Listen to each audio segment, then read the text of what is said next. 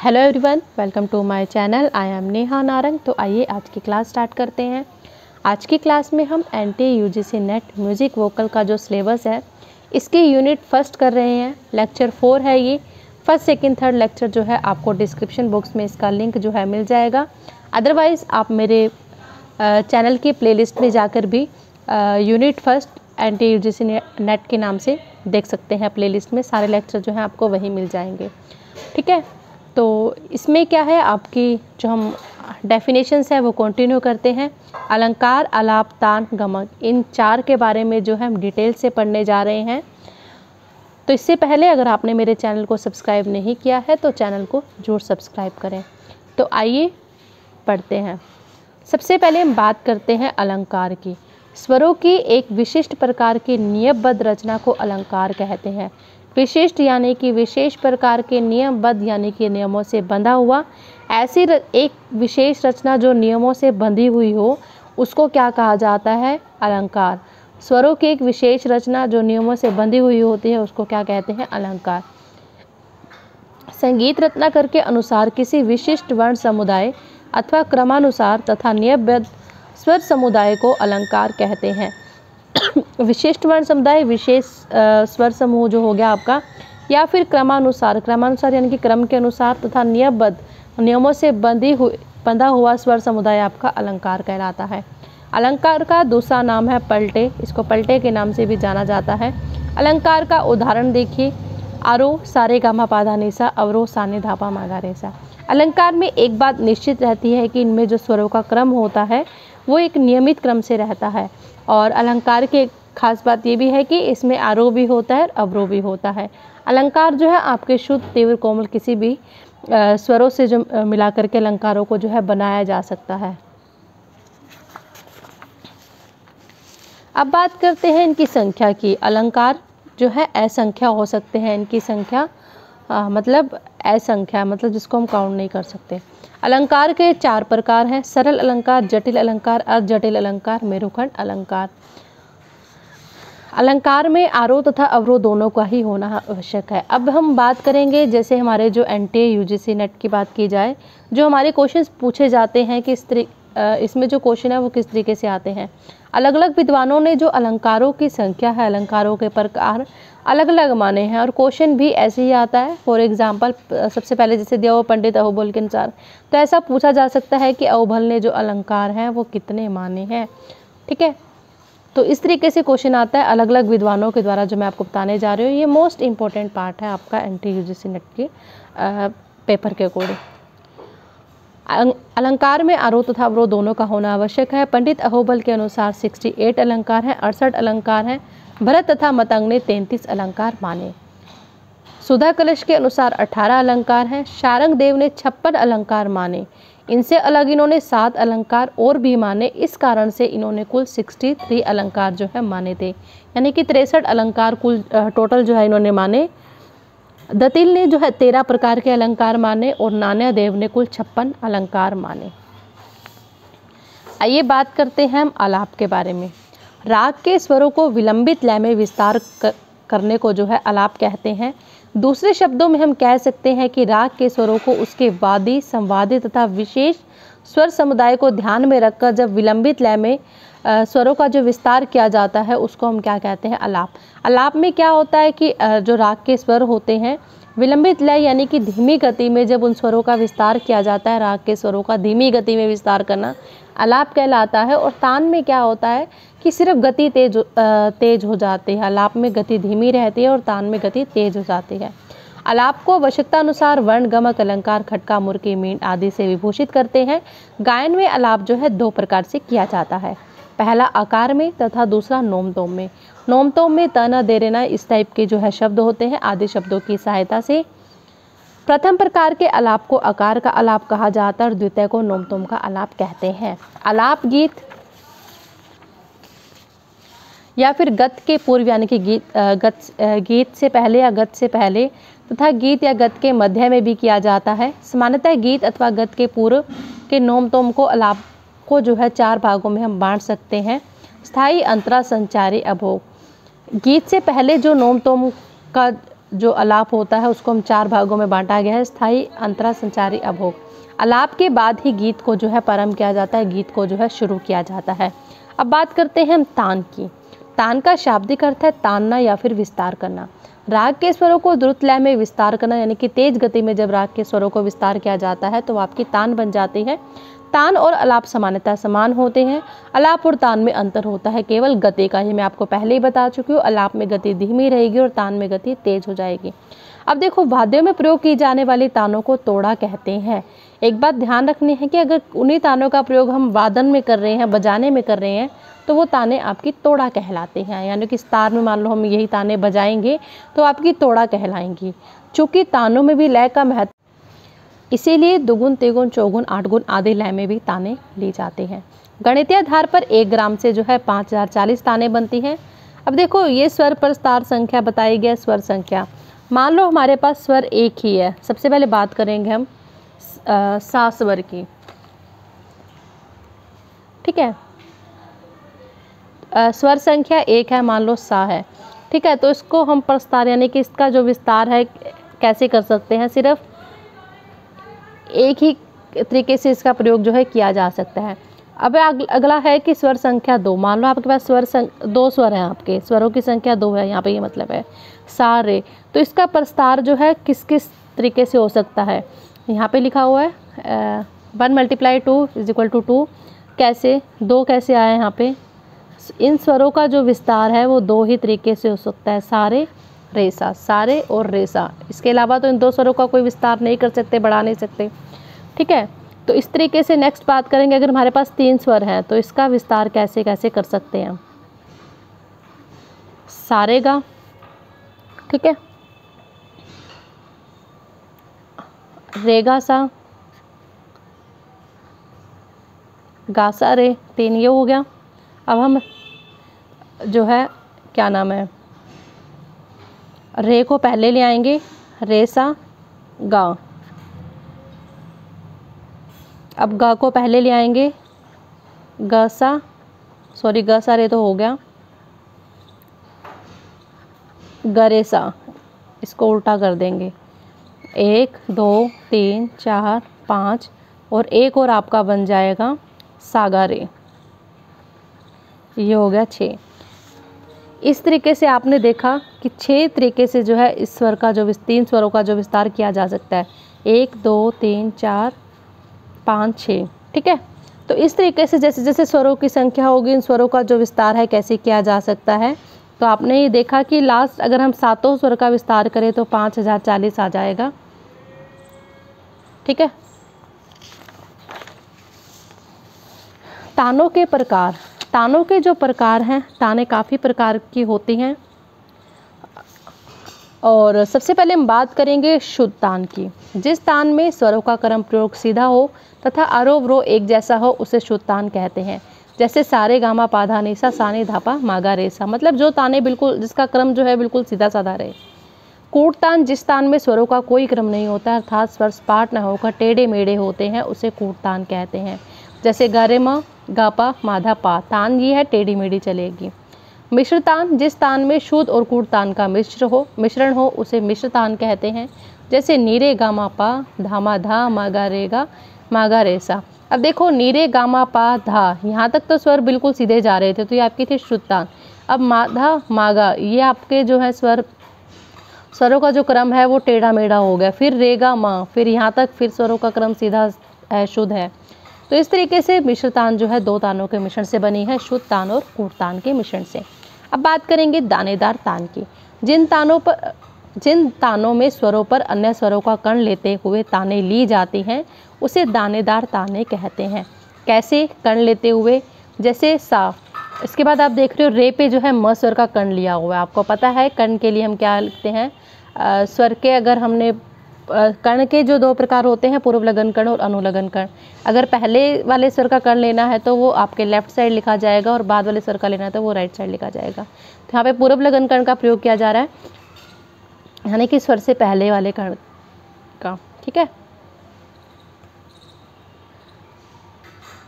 अब देखिए, ये आपका एग्जाम्पल है, आप जो देख रहे हैं स्वरों पे कण जो दिया हुआ है, प स्वर पे ध का कण है, म स्वर पे ग का रे स्वर पे म स्वर का कण है। तो इस तरीके से ये दानेदार तान है आपकी। इन तानों में आवश्यक नहीं है कि प्रत्येक स्वर पर कण हो। दानेदार तानों में कुछ स्वर शुद्ध अथवा कूट तान को लेकर भी कण दिया जाता है। फिफ्थ है आपकी स्पार्ट तान, जिस तान में स्वर क्रमानुसार आरोह तथा अवरोह में होते हैं उसे स्पार्ट तान कहते हैं। नीरे गामा पाधा निसा ये शुद्ध तान की तरह ही है।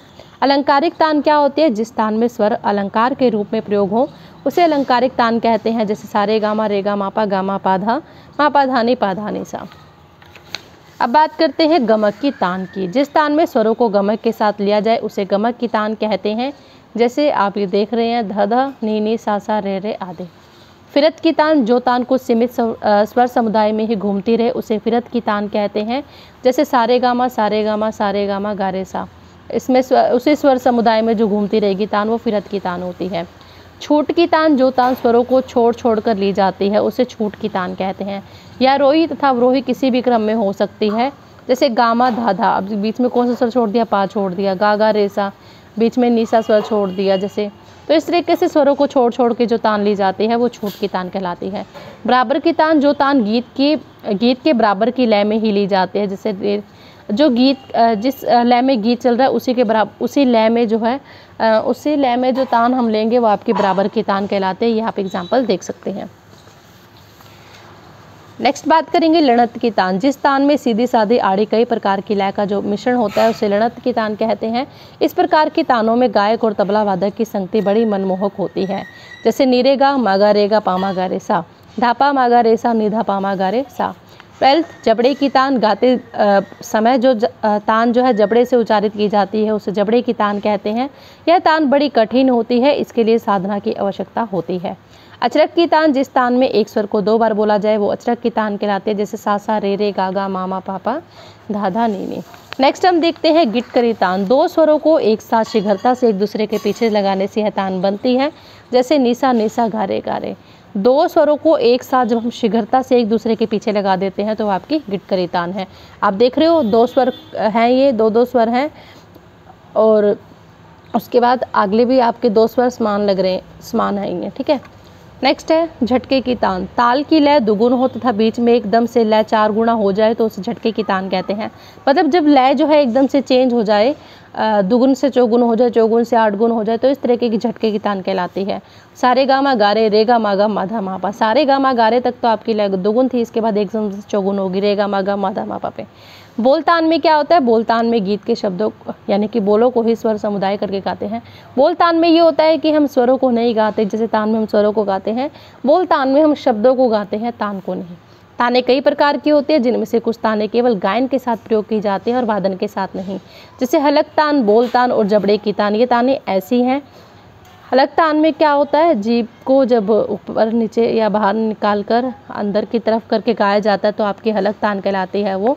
और बोल तान मैंने आपको बता दिया, जब हम शब्दों का प्रयोग करते हैं। जबड़े की तान, जब जबड़े की सहायता से गाया जाता है। तो इस तरीके की जो ताने हैं वो आपके गायन में ज़्यादातर प्रयोग की जाती हैं और बाकी सारी जो ताने आपके गायन और वादन दोनों में ही प्रयोग की जाती हैं। महर्षि भरत के अनुसार तंत्री वाद्यों में तान की क्रिया जो है 2 प्रकार से होती है। सबसे पहले तंत्री वाद्य वो वाद्य होते हैं तार वाले वाद्य, जैसे तानपुरा, सितार, बीणा, ये सब वाद्य आपके तंत्री वाद्य हैं। बात करते हैं प्रवेश तान। तंत्री वाद्यों में तान की क्रिया जो है 2 प्रकार से है। सबसे पहले बात करेंगे प्रवेश तान क्रिया की। इसमें क्या होता है? इसमें एक ही स्वर से मींड़ द्वारा खींच कर यानी कि अगले स्वरों तक बजाना या मींड़ द्वारा ही वापस स्वर बजाते हुए आना। ऐसे करने से स्वर जो है शीघ्रता से बज जाते हैं और तान का निर्माण हो जाता है। इसके ये समझने से पहले हमें मींड़ को अच्छे से समझना चाहिए। मींड़ क्या होती है? जब हम एक स्वर से दूसरे स्वर पर इस तरीके से जाते हैं, जो बीच के स्वर हैं वो सिर्फ स्पर्श होते हैं, चाहे वो आरोह कर रहे हैं, मान लो सा से माँ तक जाना है, या फिर अवरोह कर रहे हैं, म से सा तक आना है। तो बीच के जो रेगा स्वर हैं ये सिर्फ स्पर्श होने चाहिए। तो इस तरीके से सा से माँ पर हम इतनी जल्दी से पहुंच जाएंगे कि रेगा के स्वर को तो सिर्फ हमें स्पर्श करना है। तो बड़ी शीघ्रता से हम ऐसे स्वर जो है बजा लेते हैं और ऐसे दानों को क्या कहा जाता है? प्रवेश तान क्रिया। अब निग्रह तान क्रिया में क्या होता है? इसमें एक स्वर से दूसरे स्वर तक जब मींड़ द्वारा लिया जाता है तो बीच के स्वरों को छोड़ दिया जाता है। जैसे हमें सा से माँ तक की मींड़ लेनी है और रेगा स्वर को हम सिर्फ स्पर्श कर रहे थे प्रवेश तान क्रिया में, लेकिन इसमें क्या होगा? निग्रह तान क्रिया में हम रे गा स्वर को छोड़ देंगे, नहीं स्पर्श नहीं करेंगे। जैसे रे से पंचम जाने पर ग तथा म को हम छोड़ देंगे, ठीक है। महर्षि भरत ने कुल 84 तान प्रकार बताए हैं, जिसमें षडज ग्राम की ओढ़व षाढ़व 49 तानें तथा मध्यम ग्राम की षाढ़व ओढ़व 35 तानें बताई हैं। भरतकालीन तान प्रस्तार को आधुनिक काल के तान प्रस्तार का मूल भी कहा जाता है। एक तान में कितने स्वर लग रहे हैं अर्थात स्वरों की संख्या के अनुसार तानों का वर्गीकरण जो है किया जा सकता है। सबसे पहले बात करेंगे आर्चिक तान की। इस तान में केवल एक ही स्वर का प्रयोग होता था। यज्ञ मंत्र में एक ही स्वर से उच्चारित होते थे। यज्ञ में जो मंत्र बोले जाते हैं आपके, वो एक ही स्वर से उच्चारित किए जाते थे, एक ही स्वर में। गाथिक तान, इस तान में 2 स्वरों का प्रयोग किया जाता था। गाथा नामक छंद के साथ संबंध रहने से गाथिक शब्द जो है प्रयोग किया गया। थर्ड है सामिक तान। जब तान में लीन स्वरों का प्रयोग हो तो उसे सामिक तान कहते हैं। उदात्त, अनुदात्त तथा स्वरित, इन तीनों स्वरों से बने साम के साथ जो संबंध रहने से इनका नाम क्या हुआ है, सामिक तान। स्वरांतर तान, इस प्रकार की तान में जो है 4 स्वरों का प्रयोग किया जाता है। जब आपके 4 स्वरों का प्रयोग हो तो वो आपकी स्वरांतर तान होती है या स्वरांतर तान। औढ़व तान में क्या होता है, 5 स्वर लगते थे। षाढ़व तान में 6 स्वर लगते थे और संपूर्ण तान में जो है 7 स्वरों का प्रयोग होता था। एक मूर्छना का स्वर सप्तक लेकर उसका प्रस्तार करने से अर्थात स्वरों को अलग अलग क्रम में रखने से 5040 प्रकार के प्रस्तार मिलते हैं। तो स्वर प्रस्तारों की संख्या 5040 है, जैसे कि मैं आपको पीछे अभी बता चुकी हूँ। ये तानों की प्रकार के लिए खंड मेरु नामक एक विशेष पद्धति का विकास हुआ। खंड मेरु में स्वरों को अलग अलग ढंग से लिखा या गाया जा सकता है। वर्तमान समय में 2 प्रकार के ताने प्रमुख है, बोल तान और स्वर तान। बोल तान में क्या होता है, हम स्वरों को ना गा करके शब्दों को गाते हैं, और स्वर तान में क्या होता है कि हम सिर्फ स्वरों को ही गाएंगे, शब्दों को नहीं गाएंगे, किसी प्रकार के बोल का प्रयोग नहीं करेंगे। अब हम अपने लास्ट टॉपिक पर आते हैं, गमक के टॉपिक। गमक का ऐसा टॉपिक है, अगर बात की जाए तो 100% श्योर हूँ मैं कि नेट के एग्ज़ाम में एक क्वेश्चन जरूर आता ही आता है, मतलब 2 नंबर का आपका ये टॉपिक यहीं पर ही अगर आप अच्छे से पढ़ लेंगे तो डेफिनेटली आप उस क्वेश्चन को बहुत इजीली अटैम्प्ट कर पाएंगे। और 100% श्योरिटी से मैं कह रही हूँ कि आपका टॉपिक जो है नेट के एग्ज़ाम में 100% आता है। गमक का अर्थ है चलना। प्राचीन विद्वानों के अनुसार गमक के कारण संगीत में जो है रंजकता पैदा होती है। संगीत रत्नाकर के अनुसार गमक एक विशेष प्रकार के स्वर कंपन को कहते हैं, जिसके प्रयोग से श्रोताओं के मन में जो है सुख उत्पन्न होता है। एक विशेष प्रकार के स्वर कंपन को जो है गमक कहा गया। आधुनिक समय में भी गमक का प्रयोग होता है, लेकिन अलग अलग तरीके से। आधुनिक समय में गमक शब्द का जो प्रयोग है विशेष प्रकार के स्वर के आंदोलन से किया जाता है। आधुनिक समय में हृदय से सांस के द्वारा विशेष प्रकार के कंपन पैदा करके जब स्वरों का उच्चारण किया जाता है तो उसे गमक कहते हैं। आज के समय के अनुसार गमक का जो है नए नामों से प्रयोग किया जाता है। आज के अनुसार बात की जाए तो गमक के नए नए नाम हैं मीन, मुर्की, खटका, जमजबा। ये जितने भी कर्ण स्वर, ये सारे आपके गमक के प्रकार ही थे, लेकिन अब इनको आधुनिक काल नए नाम दिए गए और इसके अकॉर्डिंग इनको जो है प्रयोग किया गया। अब है संगीत परिजात के अनुसार गमक के 20 भेद हैं। आप ये देख रहे हो कि संगीत परिजात के अनुसार गमक के 20 प्रकार जो है माने गए थे। संगीत परिजात पंडित अवबल ने लिखा था, तो आप ये देख रहे हैं इसके 20 नाम। आगे बात करते हैं दक्षिण संगीत के ग्रंथों में गमक के 10 भेद। दक्षिण संगीत में गमक के 10 प्रकार माने गए।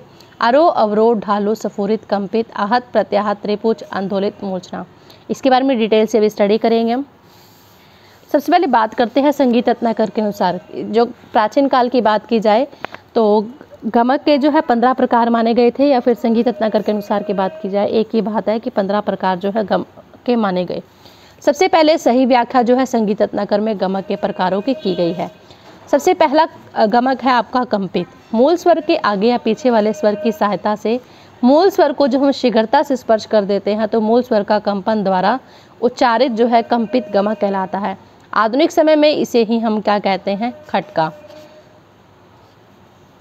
सफुरित, जब कंपित स्वर का बार बार शीघ्रता से उच्चारण करते समय मूल स्वर का स्पष्ट रूप से प्रयोग किया जाता है तो उसे जो है सफुरित कहते हैं, और आजकल इसे गिटकरी के नाम से जाना जाता है, गिटकरी कहते हैं। जैसे जब कंपित स्वर का बार बार शीघ्रता से उच्चारण किया जाएगा जिससे मूल स्वर का जो रूप है वो स्पष्ट हो जाए, वो आपका सफुरित गमक कहलाता है। आहत, जब अवरोह में पास के स्वरों को हल्के से स्पर्श करके मूल स्वर पर आ जाते हैं तो वो आपका आहत गमक होता है। अचकर्ण स्वर के रूप में इसको जाना जाता है। आंदोलित स्वरों को उसके पहले के तथा बाद के स्वर के स्पर्श सही उच्चारित किया जाना ही आंदोलित गमक है। आज आंदोलित स्वर भारतीय संगीत की विशेषता है। प्लावित एक स्वर से दूसरे स्वर तक अखंड रूप से उच्चारण करना प्लावित गमक है।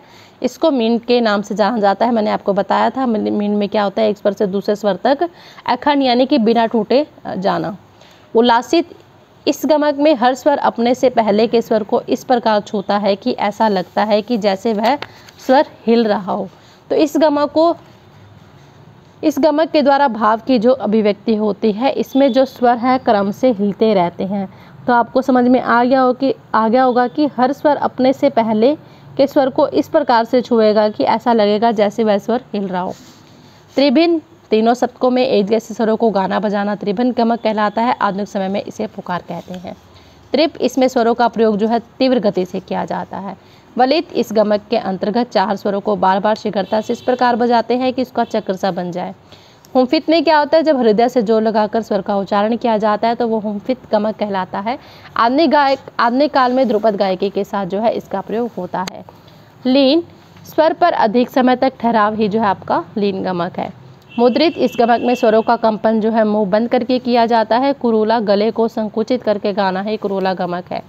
नामित स्वरों में कंपन जब कोमलता से किया जाता है तो वह नामित गमक है। इस गमक में मिश्रित गमक की बात की जाए तो इस गमक में 2 या 2 से अधिक गमकों का जो प्रयोग है एक साथ किया जाता है।